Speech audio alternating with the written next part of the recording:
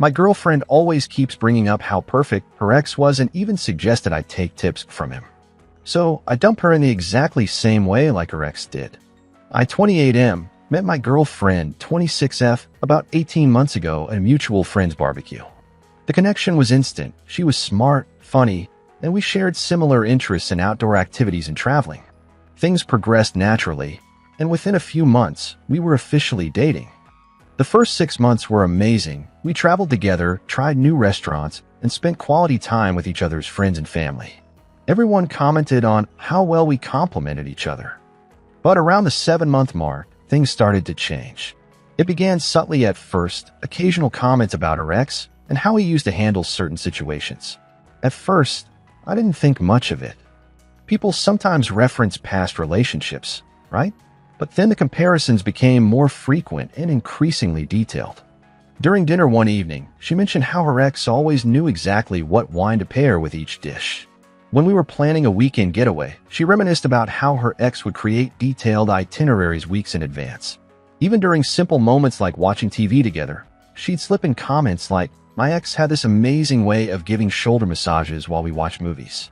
I tried to have an honest conversation with her about how these constant comparisons made me feel. She apologized and promised to be more mindful. Things improved for about 2 weeks before she fell back into the same pattern.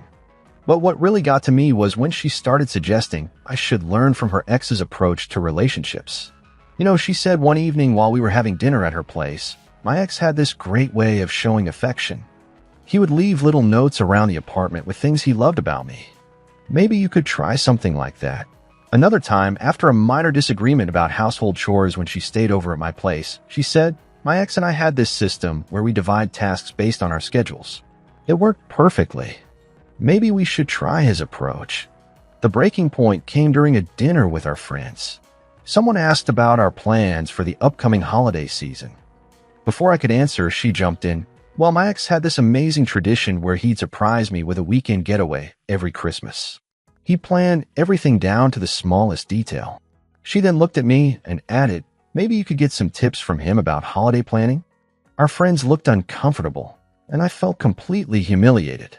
Later that night, I asked her more about her ex and their breakup. That's when she revealed something that made everything click into place. Her ex had ended their 3-year relationship by gradually becoming distant over a month, then taking her to their favorite restaurant, where he calmly explained that he had outgrown the relationship and needed to move on. According to her, it was the most mature and considerate way to end things. The way she described it, with this mixture of admiration and lingering attachment, made me realize 2 things. First, she wasn't over him, and second, she was subconsciously trying to mold me into his image.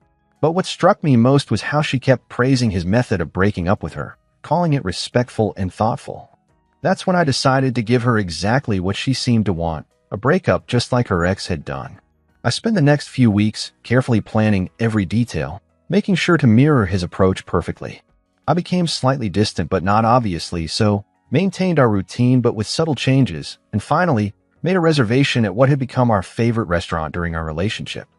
During those weeks of planning, her behavior only reinforced my decision. She continued with her comparisons, seemingly oblivious to how inappropriate they were.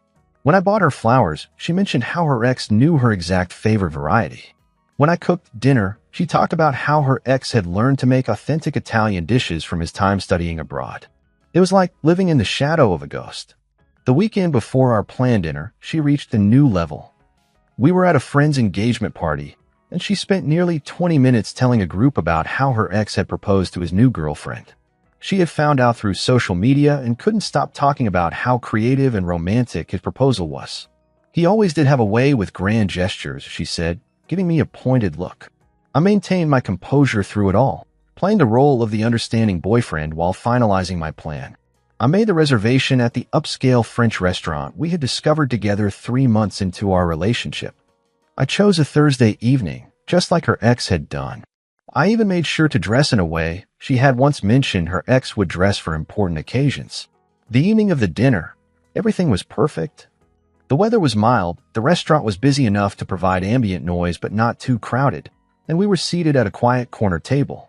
She was in a great mood, having just received a promotion at work. As we settled in, she actually started telling me about how her ex had celebrated her last promotion with a surprise party. I let her finish her story, then smiled and said, "You know, all these months of hearing about your ex have been really enlightening." She looked surprised, probably because I'd never directly addressed her ex stories this way before. "What do you mean?" Well, I continued, maintaining the calm, measured tone she had so often praised her ex for using. "I've learned a lot about what you value in a relationship. It's helped me understand exactly what needs to be done." Her face lit up.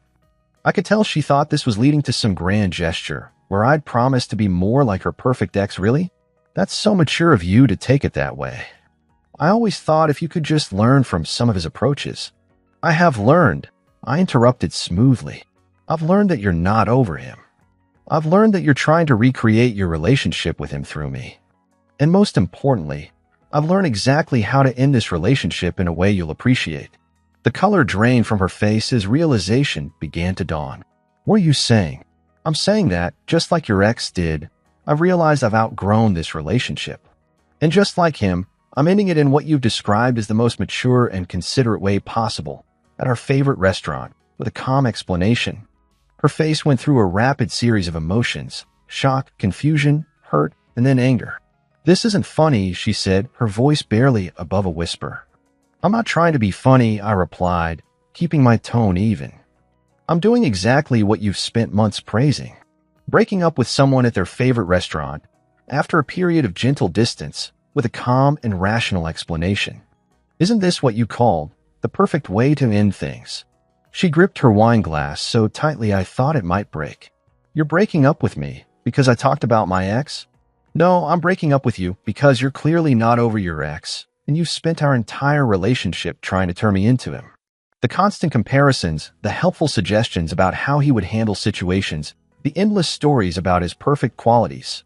It's not healthy for either of us." "That's not fair," she protested. "I was just trying to help our relationship grow. He had some really good..." "See? You're doing it right now," I interrupted. "Even in this moment, you're defending him and his methods. You're so caught up in idolizing your past relationship that you can't even see how it's destroying your present one." She started to cry, but not the quiet, dignified tears she had described her ex handling so well. These were messy, mascara-running tears. "You're being cruel," she accused. "Actually, I'm being exactly what you wanted, methodical, calm, and direct, just like your ex. Isn't this the mature approach you praised so many times?" "This is completely different." "How?" "Because it's happening to you this time instead of being something you can romanticize in hindsight." She tried a different approach. "All couples have issues they need to work through. We can fix this. Maybe we could try couples counseling." "Did you and your ex try couples counseling?" I asked, knowing the answer. "No, but..." "Then I'll pass. I wouldn't want to deviate from the perfect breakup model you've been advocating." The waitress approached our table, noticed the tension, and quickly retreated. My now ex grabbed her purse and stood up abruptly. "You planned this whole thing just to hurt me," she accused. "No, I planned it to give you exactly what you've been glorifying. I even made sure to choose Thursday night, just like he did.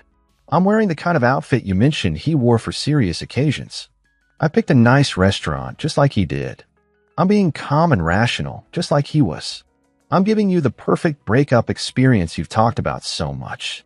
The only difference is that this time you're experiencing it instead of just reminiscing about it."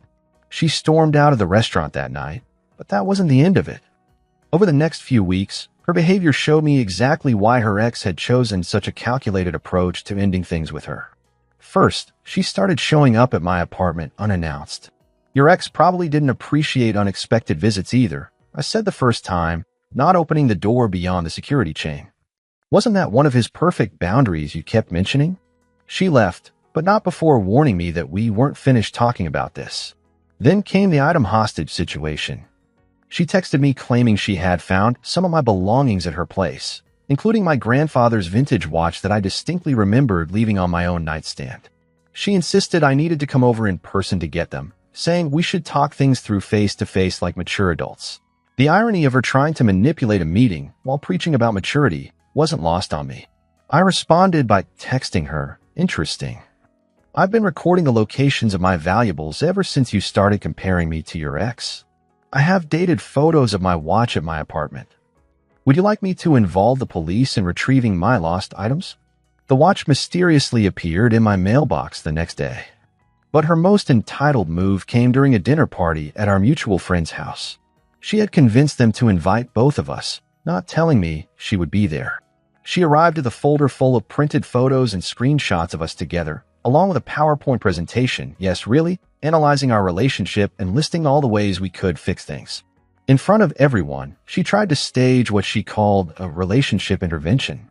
She had even prepared a schedule for how we would rebuild our connection, including mandatory daily phone calls and weekly date nights where I would learn from her ex's best practices. Our friends looked mortified as she started her presentation. This was her power play. She thought that in front of an audience, I would either have to go along with her plan or look like the unreasonable one.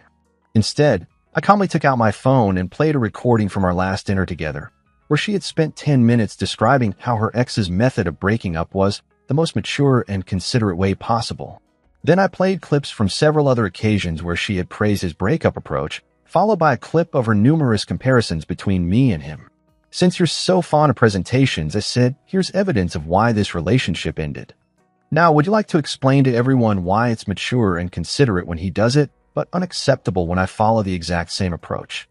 She left the dinner party in tears, but her attempts at manipulation weren't over. A week later, she orchestrated what I can only describe as a bizarre, recreated date scenario. She reserved the exact table at the French restaurant where I had broken up with her and asked our mutual friends to convince me to meet them there for a group dinner. When I arrived, only she was there, wearing the same dress from our first date, with a slideshow ready on her tablet comparing our relationship timeline with her previous relationship's successful milestones. I simply turned around and left, but she followed me to the parking lot, insisting that I wasn't following the proper relationship resolution protocol that her ex had established. According to her, I was supposed to give her exactly 3 chances to fix things because that's what happened in her previous relationship before the final breakup.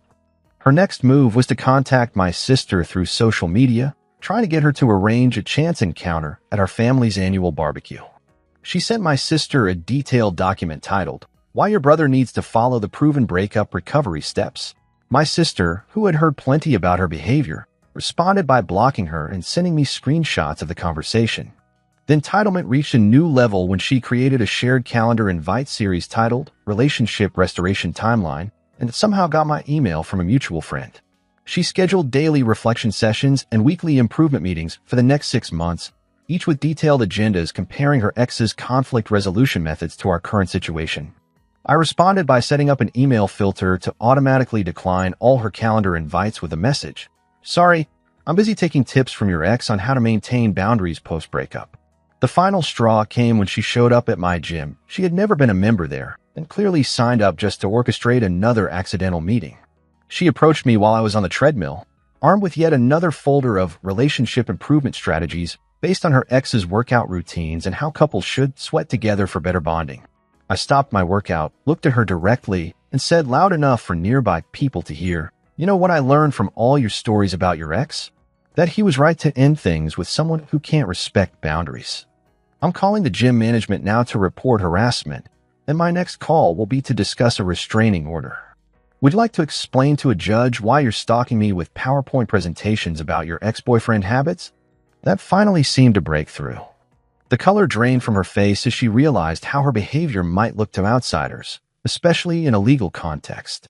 She quickly left the gym, and I haven't seen her since, though I heard through mutual friends that she's been telling people she's taking a break from dating to focus on personal growth. It's been 3 months now, and I've processed enough to see things clearly. While my method of breaking up might seem calculated, it was necessary to break through her bubble of idealized past relationships. Sometimes, the only way to show someone their toxic behavior is to let them experience it from the other side. As for me, I'm focusing on moving forward. I started dating again, and the first thing I look for now is how someone talks about their past relationships. It's amazing how much you can learn about a person from the way they handle their relationship history. And yes, I've kept all the recordings and documentation of her behavior, not to use them, but as a reminder to trust my instincts when something feels off in future relationships.